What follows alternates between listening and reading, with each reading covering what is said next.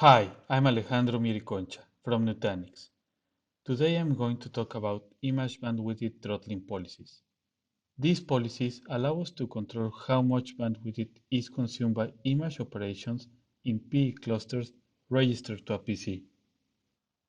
These policies can be managed in PCUI by navigating to Compute and Storage, Images, then Policies, then Bandwidth Throttling Policies.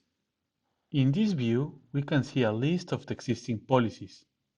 Also, we can create a new policy by clicking on the Create Policy button. First, we give a name to the policy. Then, we specify a list of categories and a bandwidth limit in kilobytes per second. This limit will be enforced on PE clusters with those categories attached.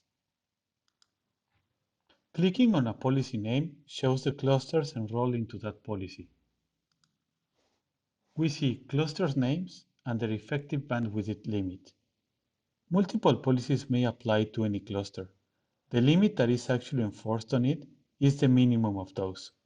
This is what we call the effective bandwidth limit.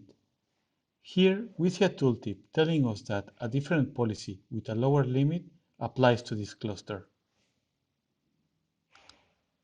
Bandwidth throttling policies are enforced when creating an image from a URL. Let's navigate to Compute and Storage, Images, and Add Image.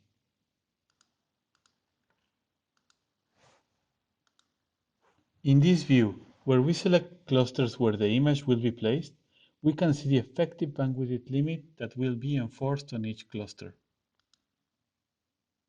Bandwidth throttling policies are also enforced on image copies between clusters.